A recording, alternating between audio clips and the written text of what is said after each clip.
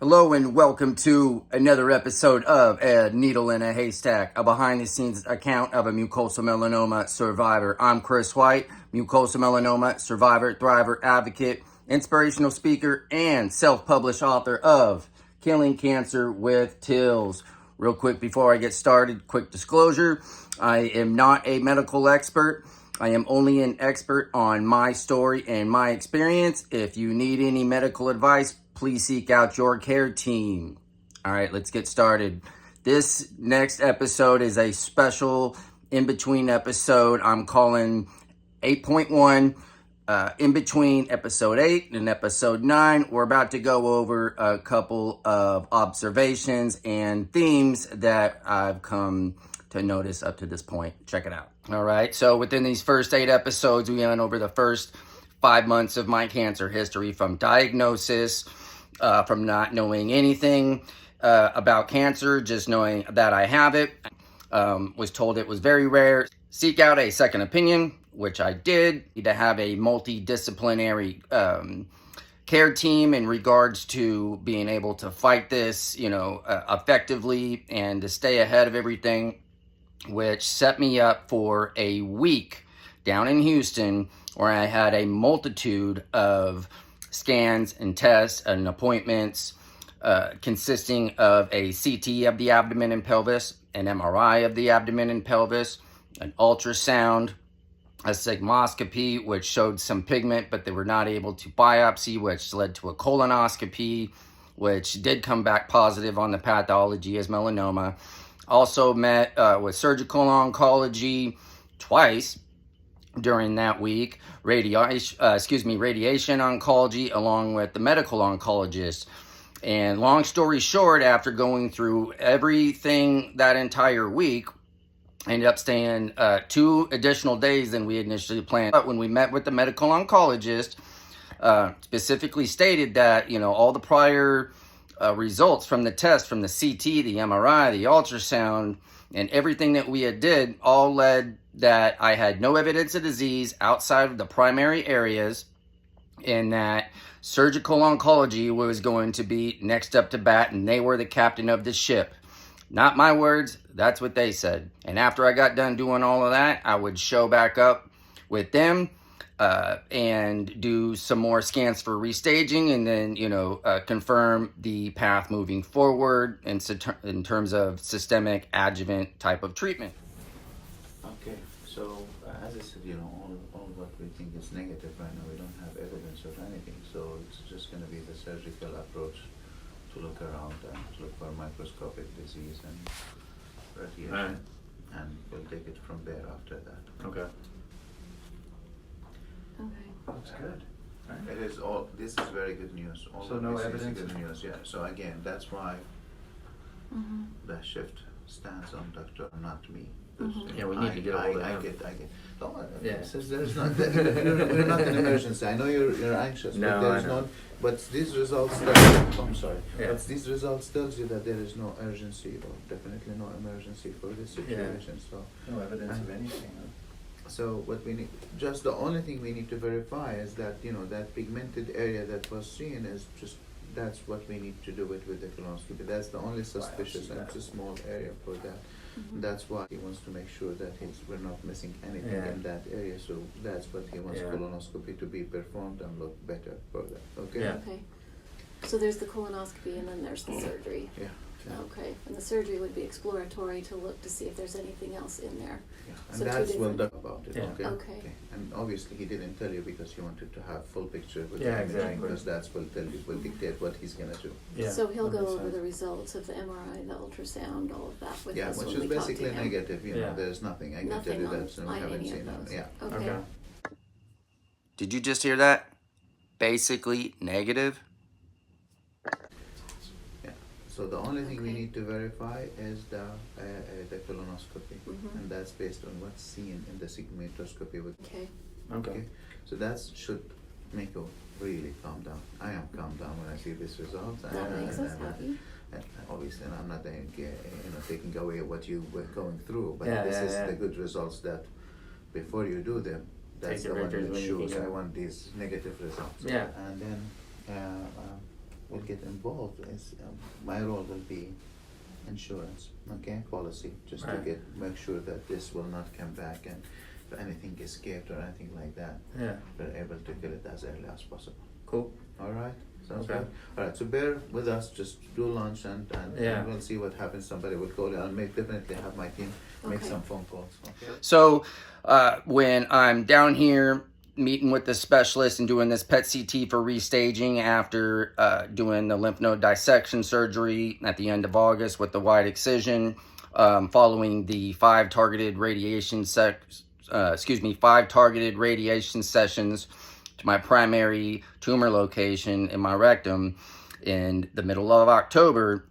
Healed from all that to make sure there wasn't any additional inflammation, but the PET scan I did at the end of November did show that I had metastasized from stage 3 to stage 4. It had spread into my areas in and around my lungs, my liver, and other lymph nodes. And we needed to go immediately into combination immunotherapy instead of going into CVD chemo and a single immunotherapy of Keytruda. Now, why am I bringing this up? You know, maybe we hadn't got used to using the portal yet or looking up our own scans and seeing the reports. But what about this right here on the MRI of the abdomen and pelvis with and without contrast that was done on August 6th and collected on August 7th. And under the results, the impression, first thing it says is, you know, baseline MD Anderson MRI evaluation. And it talks first about, you know, a fate focus enhancement of the perineal region, probably the site of the primary tumor. Next is no definite evidence of pelvic inguinal endemity, post-surgical changes in the right inguinal region. But number 4, small lesion in the right lobe of the liver, somewhat small, characterized, probably a cyst. And moving further on down, when you get to the findings, the first thing on the findings, it says there is a 1 centimeter T2 hyperintensity in segment 7 of the liver, series 10, image 11, somewhat small to characterize without definite post-contrast enhancement, likely a cyst. No other definite focal liver lesions are identified. So right there, it says there is a 1 centimeter mass, but also didn't bring it up.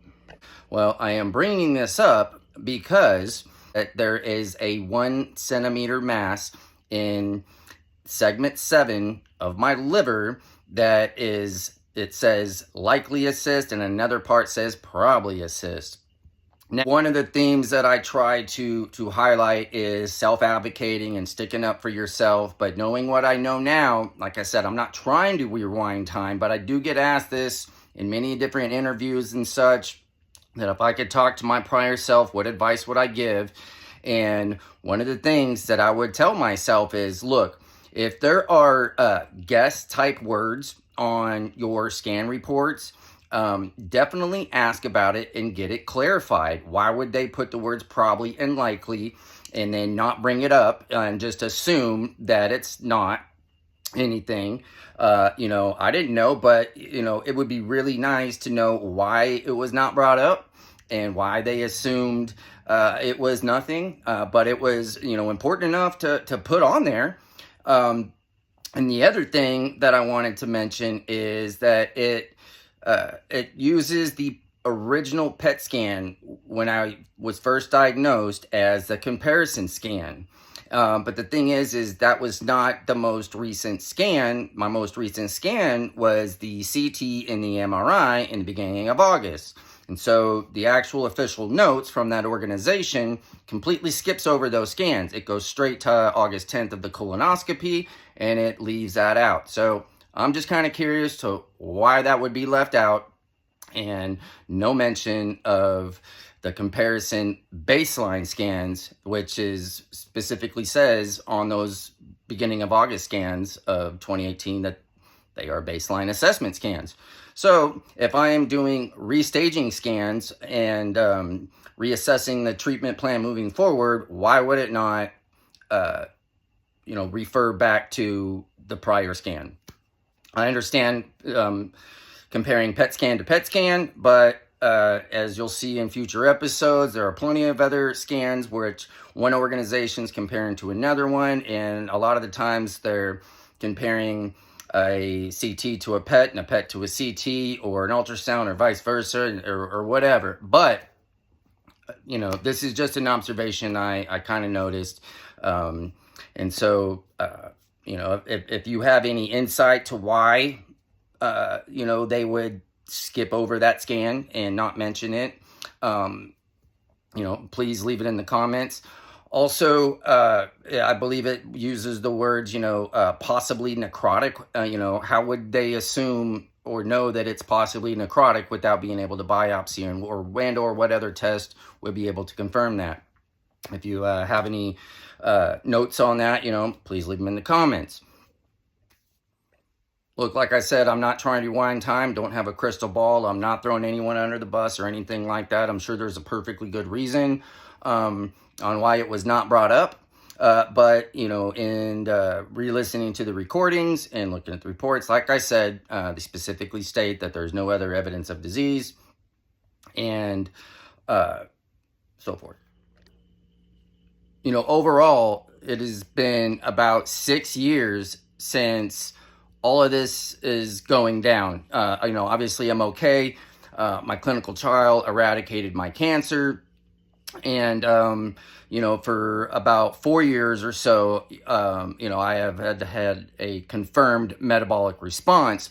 But when you go from having a scan that has a 1 centimeter mass that says, hey, there might be something here, and having a few months later, you metastasize from stage 3 to stage 4 and have, your whole abdomen littered with metastasis, and that specific area that said it was a 1 centimeter mass is now a 5 centimeter mass. So going from this to that, it all ended up working out, but there should have definitely been some further inquiries, into that. So just saying. Also,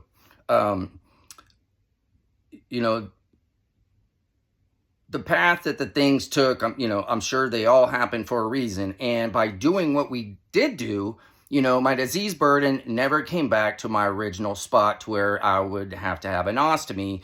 And they had mentioned, in the prior days, back in the old days, that was usually the protocol when you had a diagnosis like this, was to go ahead and move forward with that because of how aggressive the disease is and the spread.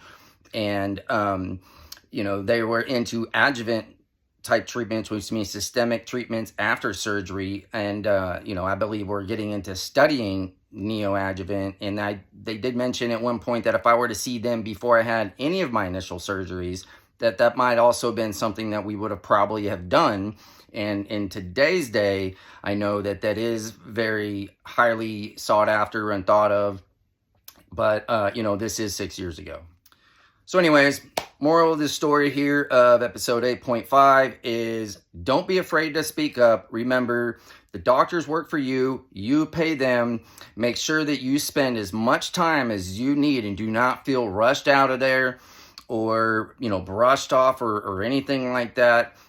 Self-advocating, it's tough. That's why it's always good to have other people with you. But coming out of your comfort zone and doing things you're not normally comfortable with, is it's part of the process. And sometimes habits are hard to break, but that is something I really truly believe you need to do.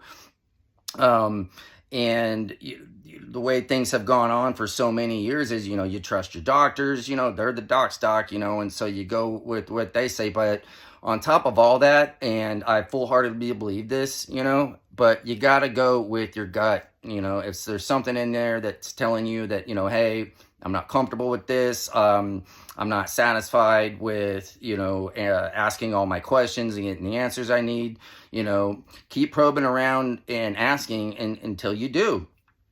I went back and looked at that actual scan and pulled up the other series from the MRI in the beginning of August that was skipped over, not compared to, and not just on that one spot where it mentions, hey, there's this 1 centimeter mass, but I looked at many other series, and in that exact same spot, that spot shows up in almost every one of the other series.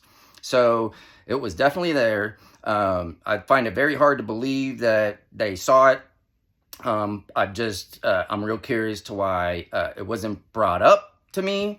I'm kind of curious to why me or my family did not ask about it. And why, when they were doing this restaging scan, they did not compare it to it. Anyways, have to do a whole nother episode, at some point in the future, you know what I mean? I even had a dream one time, that I had all my oncology teams from all 3 organizations on a stage doing a panel with me, to where, we could place my entire history in order with everyone on stage, and we could ask all these questions. But, that was just a dream I had.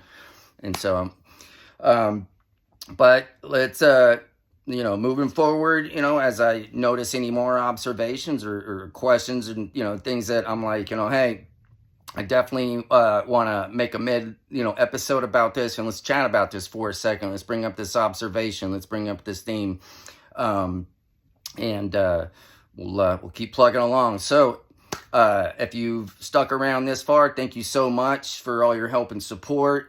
These first 8 episodes, going into episode 9, we are going to be going over the entire month of December. And closing out the year 2018. Sending love to everybody. Peace.